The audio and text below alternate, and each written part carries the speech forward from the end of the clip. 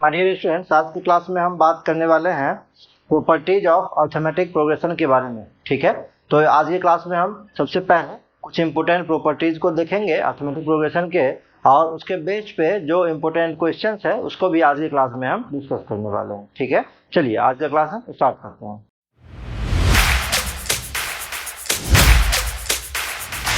Topic है आपका properties of arithmetic progression.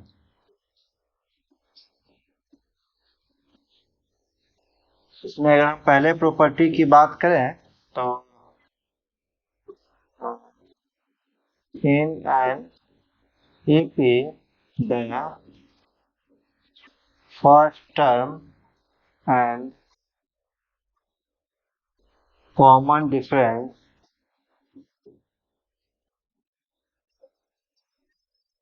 can be 0, positive और नेगेटिव। ये पहला प्रॉपर्टी है कि अर्थमेटिक प्रोग्रेशन का फर्स्ट टर्म, पहला टर्म और उसका कॉमन डिफरेंस ये 0 भी हो सकता है, पॉजिटिव भी और नेगेटिव भी, तीनों में से कोई भी नंबर हो सकता है। ठीक है, ये पहला प्रॉपर्टी है आपका। सेकेंड प्रॉपर्टी है कि अगर A B C are in A P, अगर तीन number A B C A P में होगा तो यहाँ से जो कंक्लूजन होगा वो मिडिल का जब आप ट्वाइस करेंगे, बीच वाले का ट्वाइस करेंगे तो पहले और लास्ट के सम के ये इक्वल होता है, तो ए प्लस सी हो जाएगा।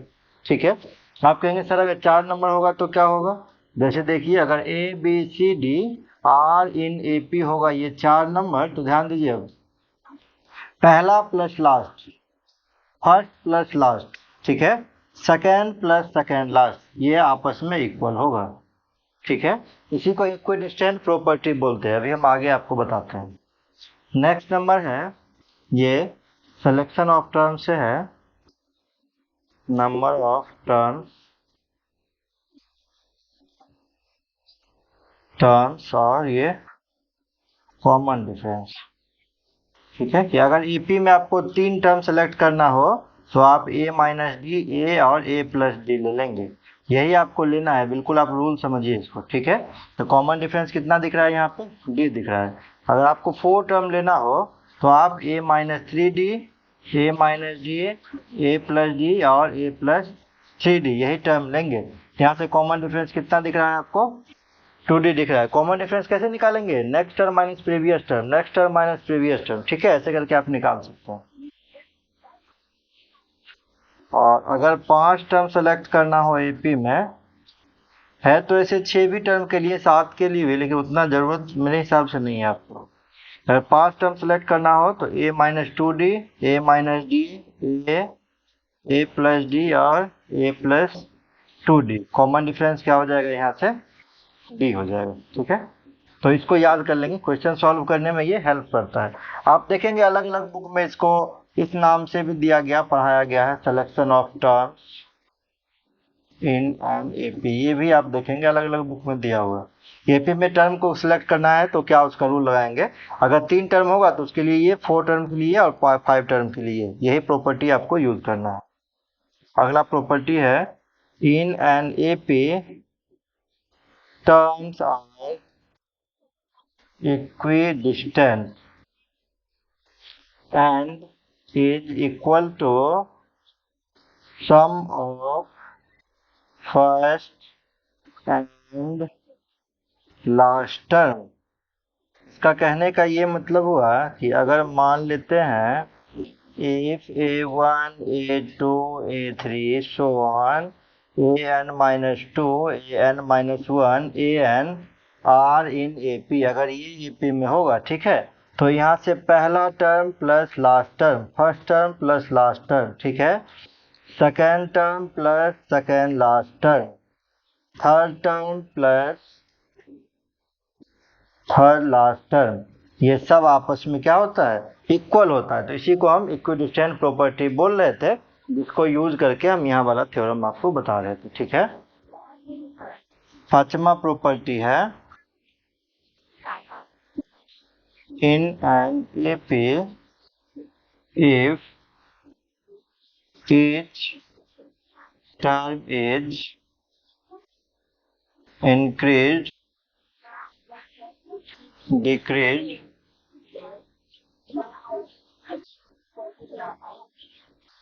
multiplied or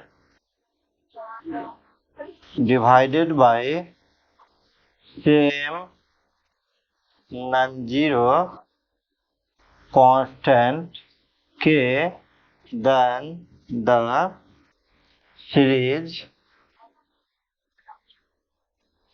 remains in AP। कहने का ये मतलब हुआ कि अगर कोई सीरीज AP में दिया हुआ, देखिए आप एग्जांपल जैसे 2, 4, 6, 8, ये सीक्वेंस है, आप सीरीज में भी इसको लिख सकते हैं। सीरीज में लिखना होगा तो प्लस माइनस ऐड कर दीजिए, ये ठीक है। अब हम इसमें क्या करते हैं, एक नॉन जीरो कांस्टेंट जोड़ देते हैं। जैसे मान लीजिए 3 सब टर्म में हम जोड़ दिया, अभी AP है, कॉमन डिफरेंस कितना है इसका, घटा लीजिए। नेक्स्ट टर्म 4 - 2 है ना, 2 निकलेगा, 6 - 4 2 निकलेगा, कॉमन डिफरेंस 2 है। 3 नॉन जीरो कांस्टेंट जोड़ देते हैं हर टर्म, ठीक है। तो ये 7, ये 9 और ये 11 सो ऑन। अब देखिए AP है कि नहीं है, अब निकालिए आप कॉमन डिफरेंस। 7 - 3 4, 9 - 7 2, है ना, गड़बड़ हो गया कहीं, देखिए 2 और 3 5 ना होगा, 2 3 5 4 3 7 6 3 9 8 3 11, ठीक है। 7 - 5 2, 9 - 7 2, 11 - 9 2। अभी हम इंक्रीज कर रहे हैं फिर भी ये हो रहा, आप डिक्रीज भी कर देंगे फिर भी होगा। आप 2 सब में सब्ट्रैक्ट कर दीजिए तो ये हो जाएगा 0, ये 2, ये 4, ये 6 एंड सो ऑन। अभी आप देखिए 2 - 0 2, 4 - 2 2, 6 - 4 2, ये AP में ही आ रहा। आप इसी तरीके से मल्टीप्लाई और डिवाइड के लिए भी आप देख सकते हैं। दूसरी बात यहाँ पे ये है कि अगर ये सीरीज दिया हुआ है, ठीक है, और इसका कॉमन डिफरेंस अगर 2 है, तो अगर एक नॉन जीरो कांस्टेंट इसमें जोड़ रहे हैं, जैसे कितना जोड़ रहे हैं, 3 जोड़ रहे हैं, तो 3 इसमें अगर जोड़ेंगे फिर भी कॉमन डिफरेंस आपका 2 ही होगा। अगर आप इसमें कांस्टेंट घटा देंगे, सेम कांस्टेंट, ऐसा नहीं कि आप यहाँ पे कुछ घटा रहे हैं यहाँ कुछ, सेम कांस्टेंट पूरी सीरीज में घटाइए फिर भी कॉमन डिफरेंस चेंज नहीं होगा। बट अगर मल्टीप्लाई कर दीजिए इसको आप, जैसे 4 है ना, 8 2 से मल्टीप्लाई कर रहे हैं, 12 16 एंड सो ऑन। अब कितना कॉमन डिफरेंस था, 2 था। अब देखिए 4 - 4 4, 12 - 8 4, 16 - 12 4। अब ये क्या हो गया, कॉमन डिफरेंस से भी 2 में मल्टीप्लाई हो गया, है ना।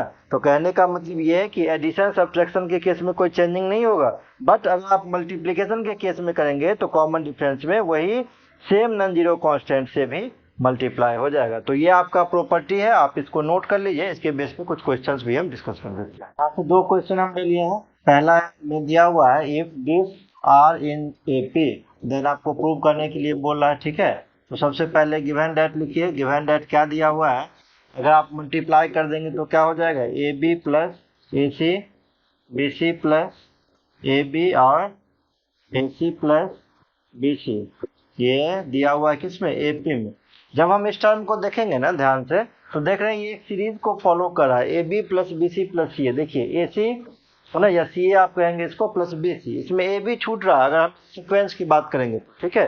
तो इसीलिए हम क्या करते हैं, सब्ट्रैक्ट कर देते हैं AB + BC + CA from each term, ठीक है। जब भी आप सब्ट्रैक्ट करेंगे इतना, तो AB तो कट जाएगा माइनस में, ठीक है, AC भी कट जाएगा आपका, तो क्या बचेगा, ये माइनस में BC बचेगा। यहाँ से क्या बचेगा, माइनस में CA बचेगा। यहाँ से क्या बचेगा, माइनस में AB बचेगा। और स्टिल इन AP आप पढ़े हैं फॉर्मूला में, रूल आप पढ़े हैं कि AP में से किसी एक कांस्टेंट टर्म को घटाएंगे सारे टर्म में से, तो फिर भी AP मिलेगा, अभी आप पढ़ चुके हैं। अब हम जो प्रूव करना है ना उस पर चले जाते हैं। देखते हैं 1/A है, 1/B है, 1/C है, यहाँ BC है, ठीक है, यहाँ CA है और यहाँ AB है। तो अगर हम इसमें डिवाइड कर देंगे -ABC by each term, her term में अगर हम इसे डिवाइड कर देंगे तो -BC upon -ABC, -CA upon -ABC, -AB upon -ABC, और किस में होगा, स्टिल इन AP होगा। डिवाइड करें सेम नॉन जीरो कांस्टेंट से AP में होगा, माइनस माइनस प्लस सब जगह हो गया, ठीक है। B से B कैंसिल, C से CA, ये कैंसिल, AB कैंसिल, तो क्या बचा आपका यहाँ से 1/A, यहाँ से 1/B और यहाँ से 1/C आर इन AP। यही आपको प्रूव करना था और ये प्रूव हो गया, ठीक है। तो ये क्वेश्चन में कुछ खास बात था नहीं। नेक्स्ट आइए इस क्वेश्चन पे, आप समझने पे ध्यान दीजिए, ठीक है, नोट आप कर लीजिए। जब हम बता रहे हैं आप पहले क्वेश्चन को अच्छे से समझ लीजिए, फिर आप धीरे धीरे करके सारे क्वेश्चन को भी नोट करते चले जाइए, है ना। या आप अच्छे से समझ लीजिए, फिर से आप खुद से उसको बनाइए। अगर आप बोर्ड पे से देख के लिख लेंगे तो आप सीख नहीं पाएंगे फिर। बात समझ गए ना। तो आप समझने पे ज्यादा ध्यान दीजिए, लिखने पे कम ध्यान दीजिए। बाद में आप समझ के लिख लीजिए उसको, वही चीजें अच्छी रहेगी। नेक्स्ट देखिए इस क्वेश्चन में क्या दिया गया देखते हैं। इस क्वेश्चन में एक इक्वेशन दिया गया है ना, x4 फिर एक्स स्क्वायर है ना। तो हम यहाँ पे 0 × x2 तो लिख ही सकते हैं। पूरे इक्वेशन को हम फॉर्म कर लेते हैं 12k + 5 × x²। x का टर्म भी नहीं दिया हुआ है तो 0 × x लिख लेंगे प्लस 16k² = 0। ठीक है। Has 4 real solution which are in AP। 4 इसका सॉल्यूशन है, बाय क्वाड्रेटिक है तो 4 रूट तो ऑब्वियस सी बातें होगा ही होगा। और चारों रूट किस में दे रखा है, AP में दे रखा है। तो अगर रूट AP में है, वो भी 4 रूट AP में है, तो क्या मान लेंगे उसको, अभी हम आपको बता रहे थे a - 3d, a - d, a + d और a + 3d। आप कहेंगे स्मॉल में आप सर क्यों नहीं माने, क्योंकि स्मॉल में देखिए स्मॉल लेटर में क्वेश्चन ए भी यूज करा, इसलिए हम नहीं माने, इसलिए हम कैपिटल में मान ली। और से कोई फर्क तो पता नहीं, आप स्मॉल में इसको लीजिए या आप उसको कैपिटल में लीजिए। ठीक है। आप पढ़े होंगे इसको क्वाड्रेटिक इक्वेशन में सम ऑफ रूट्स। ठीक है, सम ऑफ रूट, सारे रूट को अगर हम जोड़ देंगे,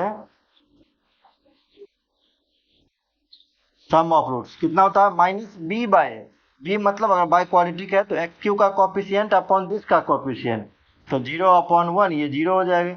यहाँ से 3d कैंसिल, d से d कैंसिल, तो क्या हो गया ये 4a = 0। तो यहाँ से आपका हो जाएगा a = 0। पहली बात ये सम ऑफ रूट्स हो गई। ठीक है। एंड अगर हम प्रोडक्ट ऑफ रूट निकाले तो क्या होगा, तो रूट आप ये मान चुके हैं। ठीक है, a का वैल्यू 0 है, तो अगर प्रोडक्ट ऑफ रूट निकालेंगे तो -3d -d और ये 3d बचेगा, = कितना हो जाएगा प्रोडक्ट ऑफ रूट, तो ये होता है कांस्टेंट अपॉन, है ना, जो हाईएस्ट पावर है उसका कोएफिशिएंट, तो ये 16k² / 1 हो जाएगा। ठीक है ना। गुना कीजिए आप, 3 3 जा 9, कितना हो जाएगा आपका, ये हो जाएगा 9, ये माइनस में प्लस तो हो ही गया है, d⁴ = 16k²। ठीक है।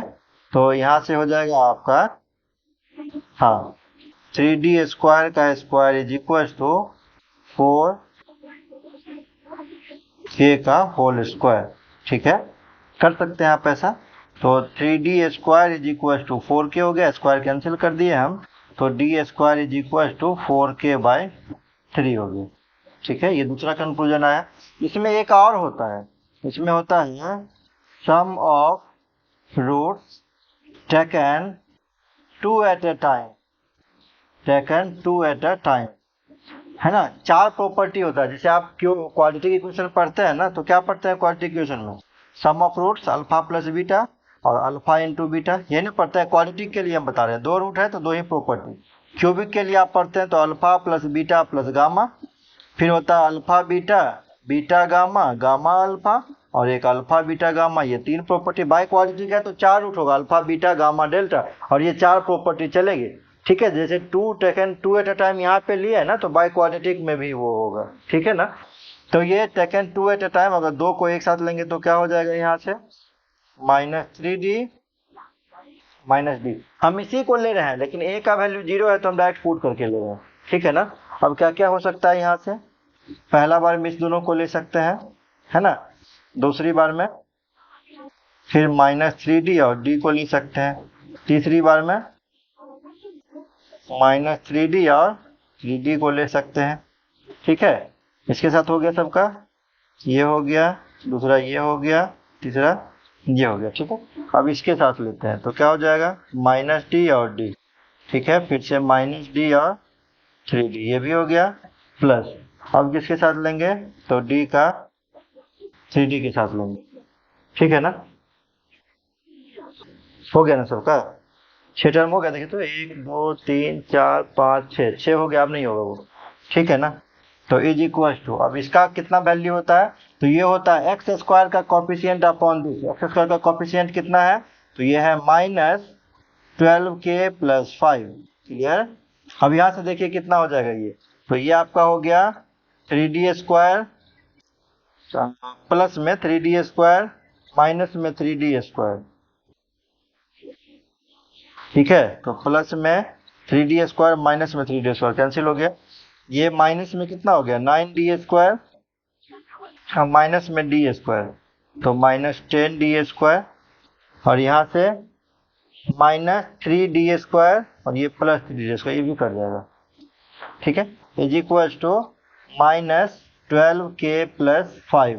माइनस से माइनस भी कैंसिल हो गया, और डी स्क्वायर का तो वैल्यू आप निकाले ही है, यहाँ पे हम निकाल के रखे हुए हैं, तो 10 इंटू 4k अपॉन 3। ठीक है, इज इक्वल टू 12k प्लस 5, ये आपका हो गया। ठीक है ना, तो k का वैल्यू निकालना आराम से आप निकाल सकते हैं, 40k है ना, इज इक्वल टू मल्टीप्लाई कर देंगे 36k प्लस 15, तो अगर सब्ट्रैक्ट कर लेंगे हम यहाँ पे तो कितना हो जाएगा 4k इज इक्वल टू 15, तो k इज इक्वल टू कितना 15/4। अब इस क्वेश्चन में देखिए k का वैल्यू कह रहा था a अपॉन b, ये दिया हुआ है, तो अगर डायरेक्टली हम कंपेयर कर लेंगे k इक्वल टू से, तो a का वैल्यू कितना आ गया 15 आ जाएगा, b का वैल्यू कितना आ जाएगा 4 आ जाएगा। तो आपसे कह रहा है then find the value of a minus 2b, तो देयरफॉर a माइनस 2b जब हम निकालेंगे तो a का वैल्यू कितना है 15 है, और माइनस 2b तो 2 इंटू 4, तो ये 4 टू जा कितना हो गया 8 15 में से चला जाएगा, तो ये 7 आपका आंसर हो जाएगा। क्वेश्चन ये थोड़ा सा लॉन्ग है, बट इसको आप सीखने की कोशिश करेंगे क्योंकि क्वेश्चन इंपॉर्टेंट है। इसमें क्वाड्रेटिक इक्वेशन का भी कंसेप्ट लग रहा है, और इसमें आपका एपीजी की जीपी का भी कंसेप्ट लग रहा है, अर्थमेटिक प्रोग्रेशन का भी कंसेप्ट लग रहा है। ठीक है, तो क्वेश्चन अच्छा है, आप इसको स्टेप बाय स्टेप समझ के इसको नोट कर लीजिए, है ना, सिर्फ इसी को क्यों आप दोनों नोट कर लीजिए। चलिए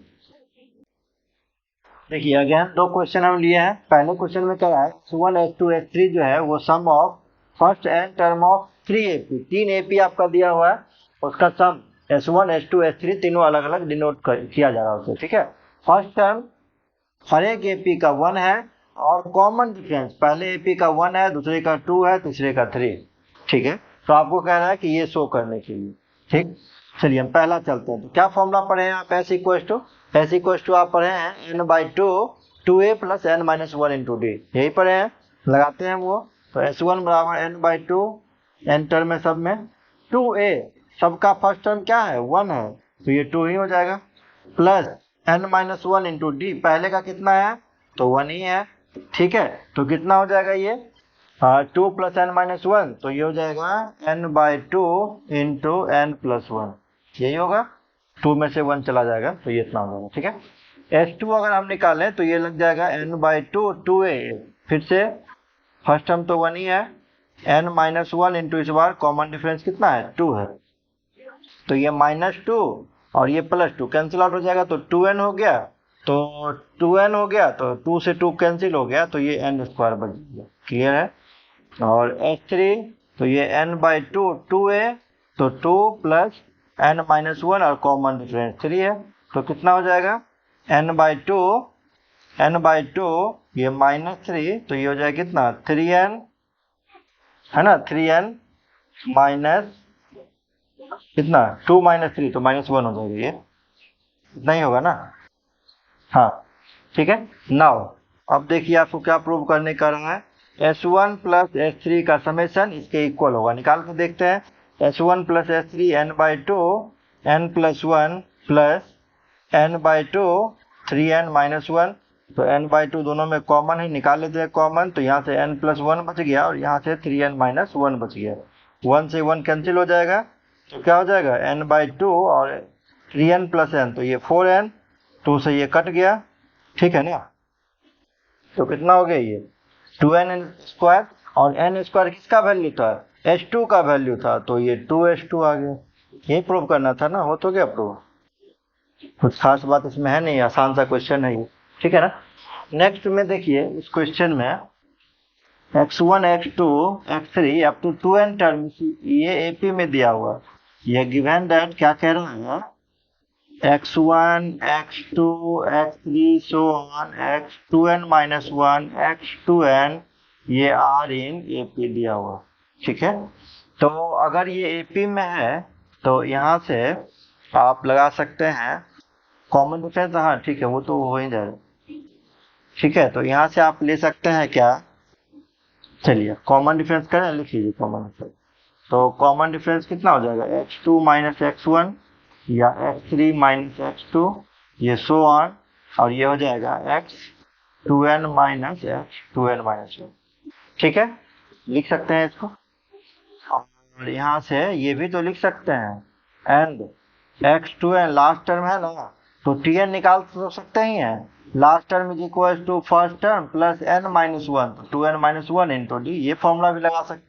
तो यहाँ से अगर आप d निकालेंगे तो d निकल जाएगा, इसको इधर माइनस करना होगा, x2n minus x1 upon 2n minus 1, यहाँ से d का वैल्यू तो निकल नहीं सकता है, ठीक है। नाउ चलिए अब क्या निकालने कह रहा है, ये कह रहा है निकालने के लिए x1 square minus x2 square plus x3 square minus x4 square plus so on, ये अब तो 2n टर्म तक दे रखा है, ये 2n टर्म तक हमको दे रखा है, ठीक है। तो यहाँ से हम ये कर सकते हैं कि अगर हम इसको ले लें सेपरेटली तो ये क्या हो जाएगा, x1 minus x2 into x1 plus x2 हो जाएगा ना, ये उसी तरीके से हो जाएगा x3 minus x4 into x3 plus x4, ठीक है, प्लस सो ऑन, ये 2n टर्म है तो क्या हो जाएगा, ये हो जाएगा x2n माइनस 1 माइनस x2n और x2n minus 1 plus x2m, last term है ना 2n टर्म, तो उसी को हम x2n कहेंगे अगर, तो इसका पिछला टर्म तो यही हो जाएगा ना, x2n टर्म तक है तो दिस का स्क्वायर माइनस x2n का स्क्वायर, यही लास्ट टर्म हो जाएगा, है ना, उसी बेस पे हम लिखिए। अब ये सबका वैल्यू देखिए, x1 minus x2, x2 minus x1, x3 minus x3, सबको हम क्या कर रहे हैं, कॉमन डिफरेंस को, है ना, अब d ही मान लीजिए कॉमन डिफरेंस को, तो ये कितना हो जाएगा, ये माइनस डी, ये सबसे तो कॉमन हो गया ना, यहाँ भी माइनस डी, यहाँ भी माइनस डी, यहाँ भी माइनस डी, माइनस डी को हम कॉमन निकाल लिए, और ये कितना हो गया, x1 plus x2 plus x3 plus x4 plus so on x2n minus 1 plus x2n, यही हो गया ना।